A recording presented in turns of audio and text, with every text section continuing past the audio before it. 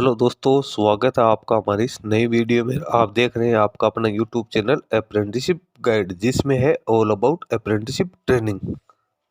दोस्तों, इस वीडियो में अपन बात करेंगे केनरा बैंक, जो कि गवर्नमेंट ऑफ इंडिया का एक अंडरटेकिंग है, लीडिंग पब्लिक सेक्टर का बैंक है। इसके द्वारा यहाँ पे ग्रेजुएट पास आउट कैंडिडेट के लिए अप्रेंटिसशिप की वैकेंसी निकाली गई है। अप्रेंटिसशिप एक्ट 1961 के तहत और वर्ष 2025-26 के लिए रिक्रूटमेंट है वो निकाली गई है, जिसका नोटिफिकेशन इसकी ऑफिशियल वेबसाइट पे पब्लिश कर दिया गया। एलिजिबल कैंडिडेट है वो इसका नोटिफिकेशन रीड आउट कर सकते हैं। जो इंटरेस्टेड है, जिनके पास सारा एलिजिबिलिटी क्राइटेरिया जो फुलफिल करते हैं, ऐसे कैंडिडेट इस वैकेंसी में अपना एप्लीकेशन फॉर्म सबमिट कर सकते हैं। इसके लिए सबसे पहले आपको आना होगा canarabank.bank.in के रिक्रूटमेंट सेक्शन में, जहां आपको देखने को मिल जाएगा engagement of graduate apprentices in Canara bank under apprenticeship act 1961 for financial year 25-26। इस पे आप जैसे क्लिक करोगे तो यहाँ पे आपको दो ऑप्शन देखने को मिलेंगे। एक साइड में आपको जो इसका इंग्लिश वर्जन है नोटिफिकेशन का वो, दूसरी साइड में ऑनलाइन एप्लीकेशन फॉर्म भरने का लिंक वो दिया हुआ है। सबसे पहले अपन इसके डिटेल एडवर्टीजमेंट को रीड आउट करते हैं ताकि सारा एलिजिबिलिटी क्राइटेरिया समझ में आ जाए। नोटिफिकेशन नंबर है CB80 2025।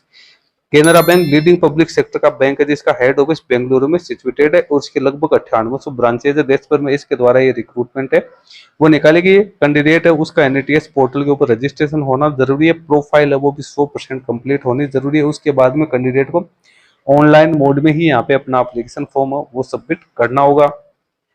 अब इंपॉर्टेंट डेट्स आप देख सकते हो। कैंडिडेट है वो एप्लीकेशन 22/9/2025 तक कैंडिडेट का रजिस्ट्रेशन है।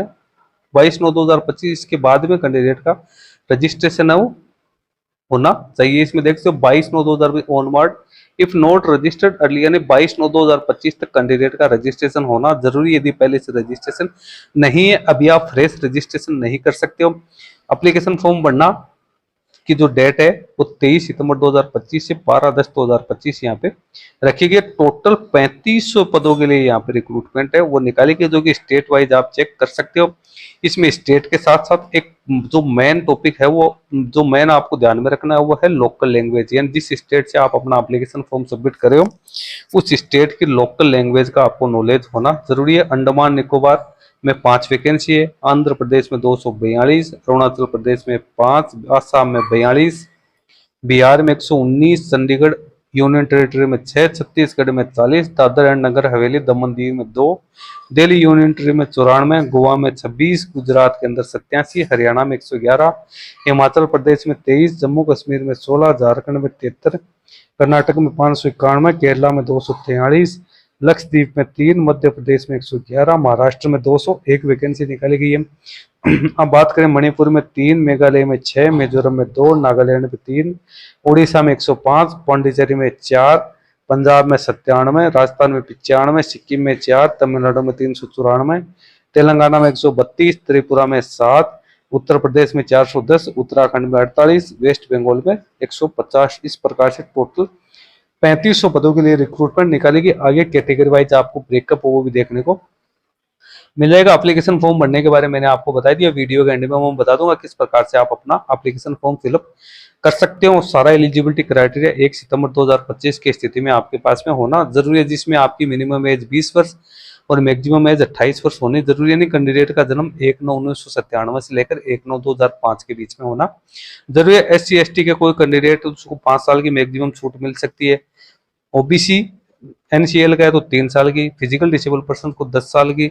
इसके साथ ही जो 1984 दंगों से पीड़ित जो कैंडिडेट है उनको, और कुछ डिवोर्सी और विडो जो वुमेन्स है उनको भी यहाँ पे है छूट का प्रावधान किया गया। कैंडिडेट के पास में एनी डिसिप्लिन में ग्रेजुएट पास आउट की क्वालिफिकेशन है वो होनी जरूरी है। कैंडिडेट की ग्रेजुएशन है वो 1/1/2022 से लेकर 1/9/2025 के बीच में होना जरूरी है। टेस्ट ऑफ लोकल लैंग्वेज की बात करें तो कैंडिडेट के 10th और 12th स्टैंडर्ड की मार्कशीट या सर्टिफिकेट तक लोकल लैंग्वेज है वो एक सब्जेक्ट के रूप में होनी जरूरी है। कैंडिडेट को जो लोकल लैंग्वेज है, जब कैंडिडेट को डॉक्यूमेंट वेरिफिकेशन के लिए बुलाया जाएगा या लोकल लैंग्वेज टेस्ट जब कंडक्ट किया जाएगा तो इस चीज को इंश्योर किया जाएगा कि आपको वहाँ की लोकल लैंग्वेज का कितना नॉलेज है। रीडिंग, राइटिंग, स्पीकिंग, अंडरस्टैंडिंग के साथ साथ 10th और 12th की मार्कशीट में भी वो लोकल लैंग्वेज एक सब्जेक्ट के रूप में होना जरूरी है। फिजिकल और मेडिकल फिटनेस की बात करें तो एंगेजमेंट है जो सिलेक्टेड कैंडिडेट उनको मेडिकल फिटनेस फिट होने के बाद में ही यहाँ पे ट्रेनिंग के लिए रखा जाएगा। तो कैंडिडेट की मेडिकल जो हेल्थ है वो भी काफी अच्छी होनी है यहाँ पे जरूरी है। गवर्नमेंट्स के रूल्स के अकॉर्डिंग है यहाँ पे छूट का प्रावधान है वो भी यहाँ पे कैंडिडेट्स के लिए किया गया है। इसके साथ अप्रेंटिस की ट्रेनिंग 12 महीने की होगी। On the job job training होगी। किसी प्रकार का ये कोई जॉब नहीं है बल्कि जो ऑन जॉब ट्रेनिंग यहाँ पे आपकी रहने वाली है। इसके लिए NATS पोर्टल के ऊपर आपका कॉन्टेक्ट है वो जारी किया जाएगा। मंथली स्टाइपेंड है वो 15,000 रुपये आपको यहाँ पे मिलेगा, जिसमें से 10,500 रुपये तो जो केनरा बैंक है वो आपको पेड करेगी। 4500 रुपये है वो गवर्नमेंट ऑफ इंडिया DBT के थ्रू आपको पेड है वो करेगी।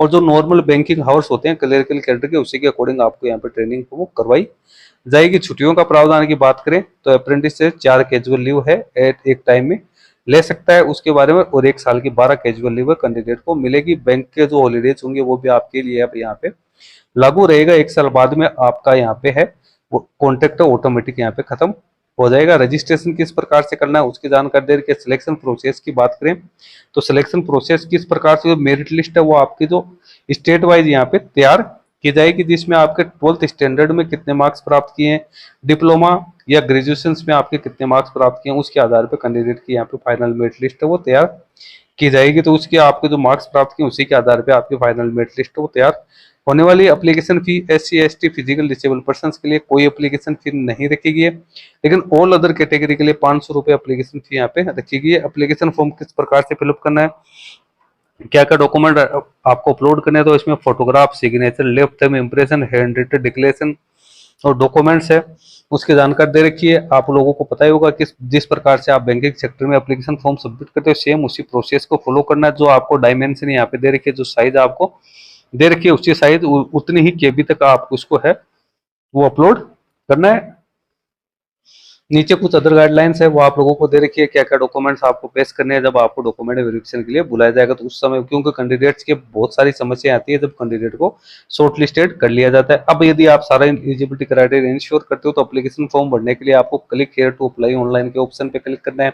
इस पे जैसे ही क्लिक करोगे तो IBPS की ऑफिशियल वेबसाइट पे रिडायरेक्ट कर दिए जाओगे, जहाँ पे आपको रजिस्ट्रेशन करते हुए अपना एप्लीकेशन फॉर्म सबमिट करना है। वैसे आप IBPS की ऑफिशियल वेबसाइट पे लगभग कैंडिडेट का रजिस्ट्रेशन होगा, क्योंकि जो बैंकिंग सेक्टर की तैयारी करते हैं उन कैंडिडेट का पहले से रजिस्ट्रेशन यहाँ पे हो रखा है, तो उसको दोबारा से रजिस्ट्रेशन करने की जरूरत नहीं है। उनको सिर्फ लॉगिन करके रजिस्ट्रेशन नंबर, पासवर्ड और सिक्योरिटी कोड डाल के और अपना एप्लीकेशन फॉर्म सबमिट कर सकते हैं। एप्लीकेशन फॉर्म भरने की डेडलाइन 12 अक्टूबर 2025 वो रखी गई। तो एलिजिबल कैंडिडेट है इसमें अपना एप्लीकेशन फॉर्म है वो सबमिट कर सकते हैं। तो दोस्तों सारी इंपॉर्टेंट जानकारी मैंने आप लोगों को बता दी है। उसके बाद में भी आपकी किसी प्रकार की कोई बात समझ में नहीं आ रही है तो आप हमें कमेंट करके पूछ सकते हैं। चैनल को ज्वाइन नहीं किया तो इसको जरूर ज्वाइन कर ले, क्योंकि इस चैनल पे आपको इस प्रकार के नई नई अपडेट्स वो मिलती रहती है। धन्यवाद।